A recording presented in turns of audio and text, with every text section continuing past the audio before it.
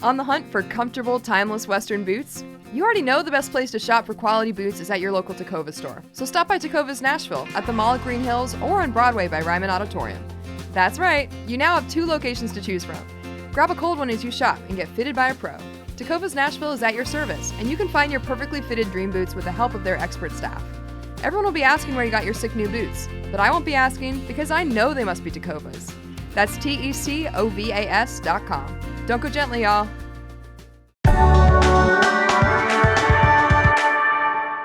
Today on CityCast Nashville, I'm joined by artist and my friend Sam Rochford to talk about Acme Radio's role on Broadway and in our local radio scene. We're also going to talk about some new artists to check out and the story behind my personal favorite Sam Rochford original, Annie. Sam's band, Randy and the Mormons, plays around town a fair amount, so you should go check them out. This is the 4th of 5 episodes about the music community in Nashville, brought to you by our exclusive launch sponsor, Tacovas. Tacovas knows more than handmade boots and fine Western wear. They've also got an ear for great music, too. From legends of the past to rising stars in the scene, we love supporting musicians and music fans right here in Nashville. So if you're headed for a good time on the stage or in the crowd, go in good boots from Tacovas. And on August 22nd from 5 to 8 p.m., you can actually come meet me and the whole CityCast team at the new Tacova store in the Green Hills Mall. We'll have acoustic performances from 3 great local artists, Alex Wong, Nick Tabron, and Sam Rochford, who we're talking to today, as well as complimentary food and drinks. Should be a super chill time, so swing by and see us. Oh, and stick around after the interview for our new segment, A Mile in Their Boots, spotlighting people who shape the culture and community of Nashville. Today we're talking to everyone's favorite unofficial Nashville SC mascot, Soccer Moses. It's brought to you by our exclusive launch sponsor, Tacovas. It's August 21st. I'm Grace Fuse, and this is what Nashville's talking about.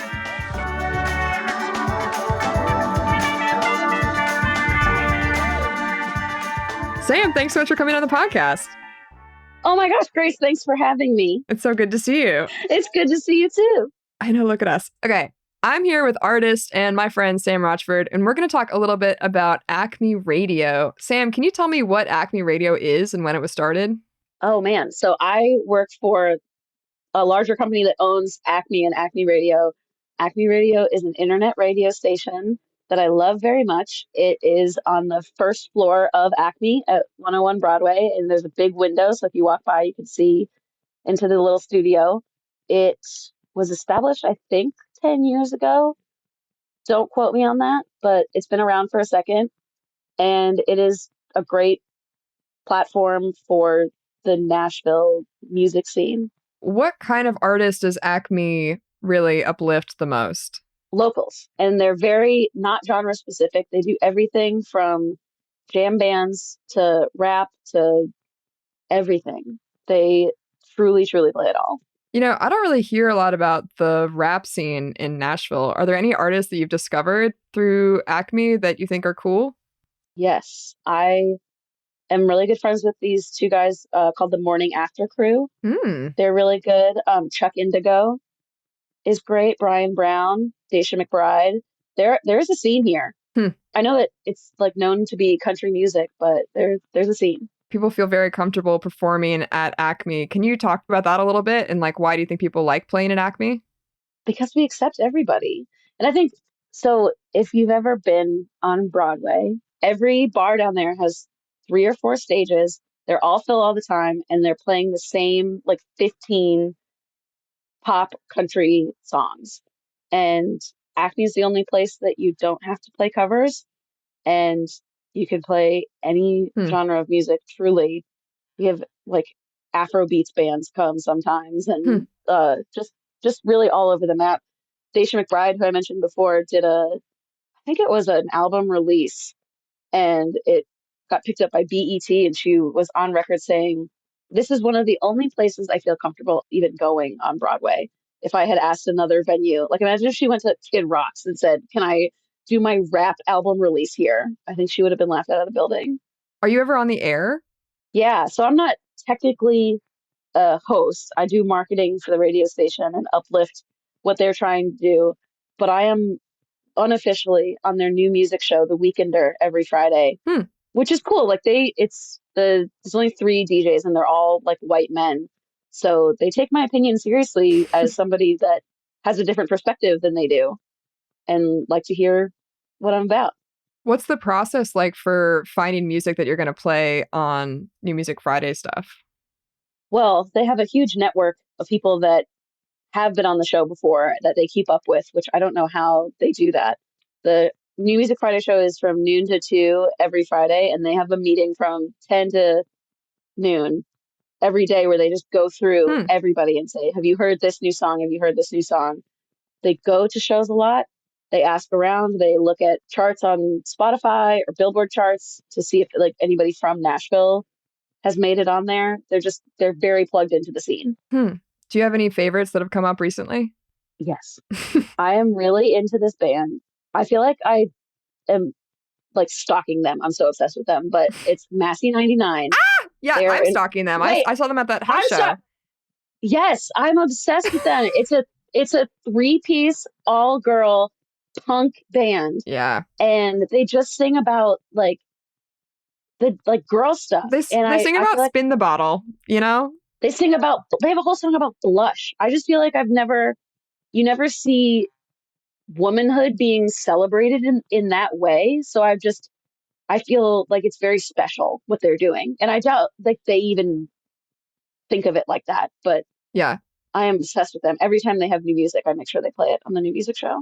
Something about Messy 99 makes me feel like I am rebelling in Freaky Friday and my door is being taken Yes. away from my room. You know what I mean? Yes. That's kind of the It's energy I get. very, I'm sure they're all like in their early to mid 20s, Yeah. but it does bring out teen angst in a way that I rarely feel In anymore. a way that's healing to me. Yes, for sure. Yeah, no, they're so cool, and they play around town kind of a lot. So I'm sure you could go catch them somewhere. It feels like Acme is one of the few places downtown that locals really love. Why do you think that is? They really do a lot to support the community, and there are some really good shows on there that I feel like people don't know about. There's a like history of soul music show Hmm. that I really love. There's a show hosted by two drag queens. They have a really great lineup. Yeah, it's a lot more variety than you see in other radio stations and stuff like that in Nashville or just on Broadway itself. So that's really, really cool. Yeah, I just want to address really quick because the listeners can't see it that you're wearing a Fanny's House of Music I shirt. am. I love Fanny's House of Music. Do you have any recommendations for like local music stores, perhaps for instruments or records or anything like that? Ooh. Well, so I've bought two guitars at Fanny's. When you buy Same. an expensive piece of equipment there, they give you a free shirt. And I love them. They have a lot of like vintage or like Frankenstein guitars that you wouldn't be able to find anywhere else, or like DIY rigs that you would never in a million years find somewhere else. I really like the Groove if you're going to go shop for records. Mm, It's run by this couple that really loves vintage horror. So there's a lot of that motif everywhere. But there's a lot of good places around here to get good stuff. no, there is. It's Music City, you know?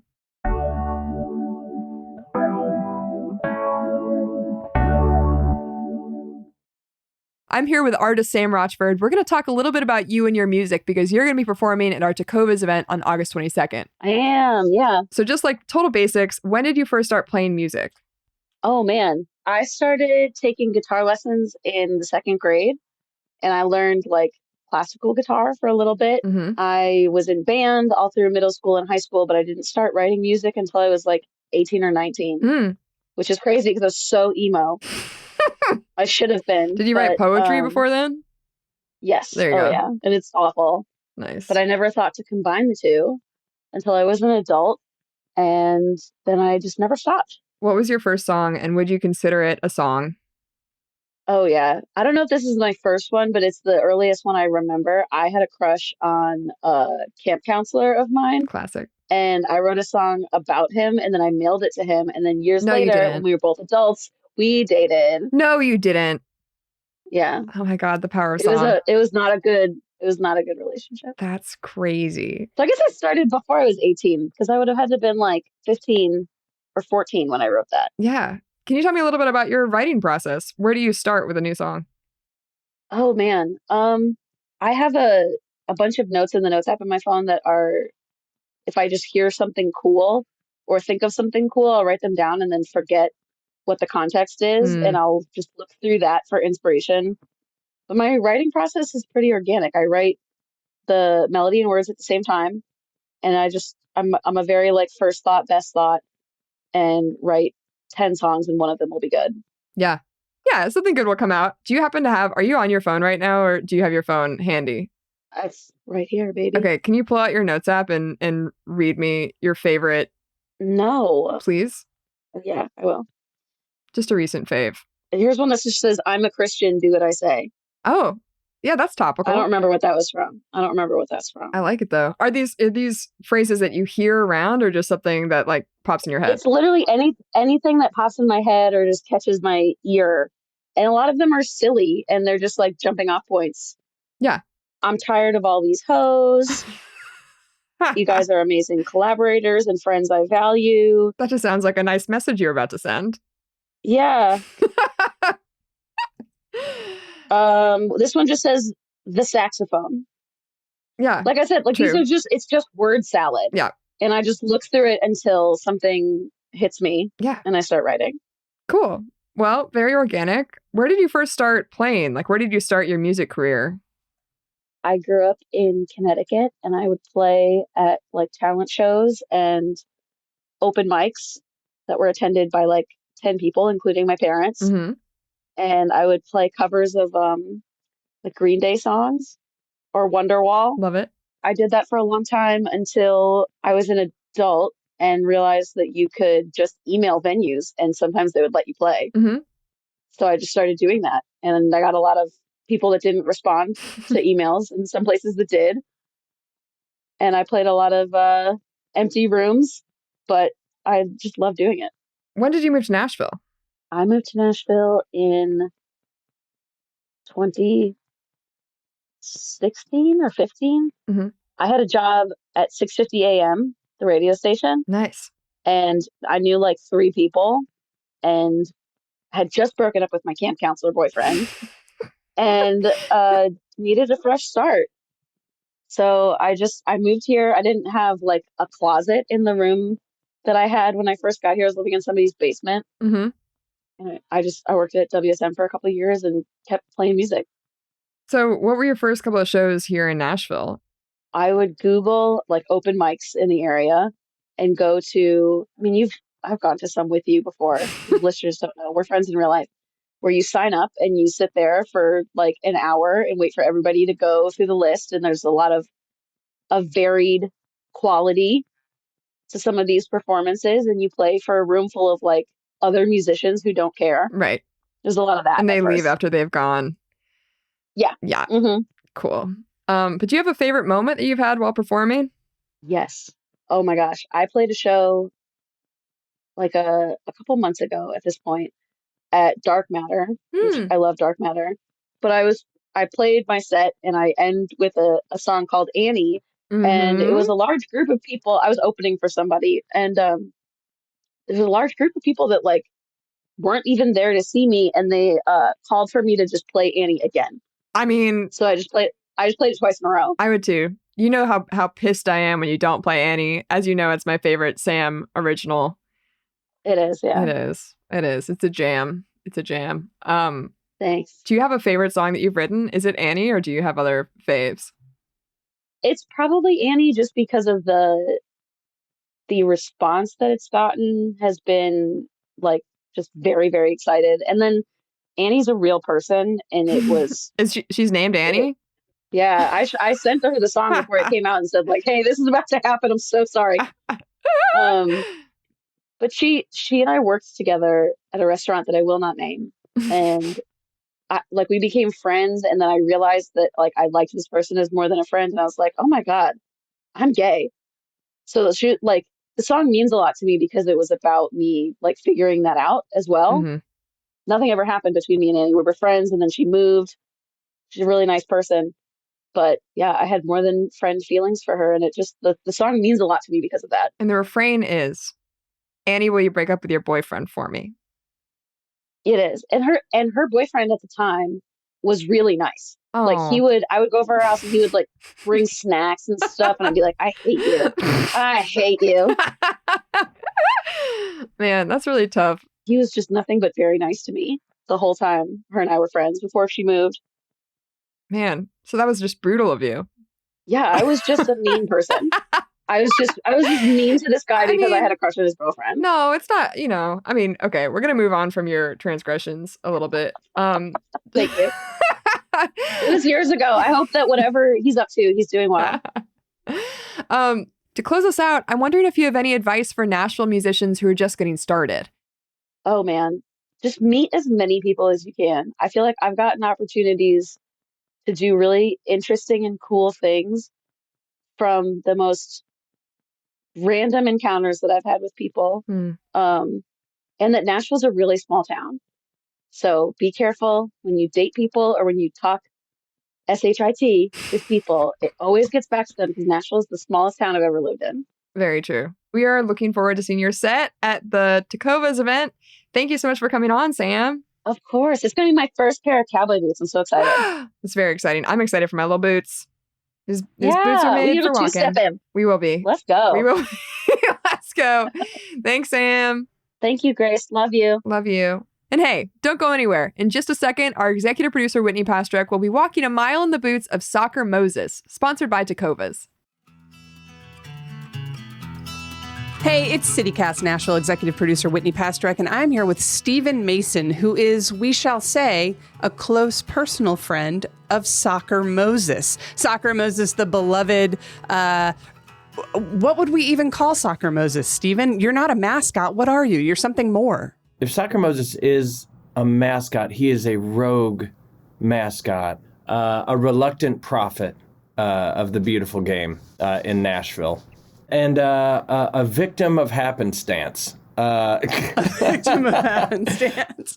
At what point did you, let's say, become acquainted with Soccer Moses? The history, the short elevator history is a dear friend, JT Daly, from a band called Paper Route, one of Nashville's finest. He told me a story once of being in a pub in Ireland, and a certain player named Victor Moses scored during the World Cup, and he stood on his chair in the pub and proclaimed, "Let my people goal," and apparently drank for free the rest of the time he was at that pub because he made everybody laugh. And I just thought, buddy, that you got to make a shirt. You got to do something. That joy needs to be dispensed into the culture somehow. And he said, "Well, man, you want to make a shirt, man? Why don't you do that? That'd be hilarious." So I did. I just printed one up for myself because that's what I do. It got close to the inaugural MLS debut of Nashville SC. We were a club prior to that in the USL, but this was our big debut, February 2020. And I thought a couple days beforehand, I should totally go as the t-shirt. So had a sign, an outfit, a beard, and wouldn't you know, the first goal Nashville SC scored, Walker Zimmerman, I was just at the top of the pole, one of the posts. So when it went in, I was right above the goal, and ESPN just zoomed in on my ridiculous face. And the next morning, we were at a place getting brunch, and they were doing the highlights, and we realized they started the package with this picture of Soccer Moses, and that was it. That was pretty much it. So tell me, what does a game day? Let's walk a mile in Moses's boots here for a second. What does a game day look like for Soccer Moses? Well, wonderfully, Soccer Moses is affiliated with the Handsomeizer, who's also another another personality or another ego in this confusion. So typically, I'm cutting hair the day of a match, especially Saturdays, and then some of my dear friends, we just park there at the barbershop, which is just across the street from Giotis, and we'll tailgate, and about an hour beforehand, I'll blow a shofar, and then everyone will gather together, and we will make the exodus to the stadium, and from there, after tailgating for a bit, we've developed a little kind of liturgy where I go down front, and the capo stands where they lead the cheers. I'll do I'll do a little cheer where I raise my banner and the people hoot, and then it's just hold out hope for victory. Yeah. We're not great this year. So does Soccer Moses feel demoralized in any way, or perhaps there's a sea of losing that could be parted? Indeed. Well, I appreciate that. Based on the story we understand of Soccer Moses's relative Moses, there was a lot of wandering. So I think Soccer Moses definitely appreciates the doldrums. All right. You said that the inspiration for Soccer Moses came out of someone's experience in a pub. And CityCast Nashville is not just a news show, but we also like to give people recommendations for great places to go around the city. So what would you consider to be Soccer Moses's favorite pub, bar, watering hole? What should people check out? Man, unfortunately, Soccer Moses, as his friend, I can say this, he's occasionally a lush. No Quarter is fantastic. They've got amazing pinball games, and they have this rotating tap situation where they're always getting new fun beers in. But they also have, all those wonderful East Nashville standards that you would you would expect. I'm thankful to you for sort of translating for Soccer Moses today. Yes, absolutely. And obviously, y'all, if you're not familiar with Soccer Moses, basically watch any Nashville SC game or even drive by the stadium where his picture is hanging on a very large banner Indeed. Outside of Geodis Park. Stephen, thank you so much. Thank you.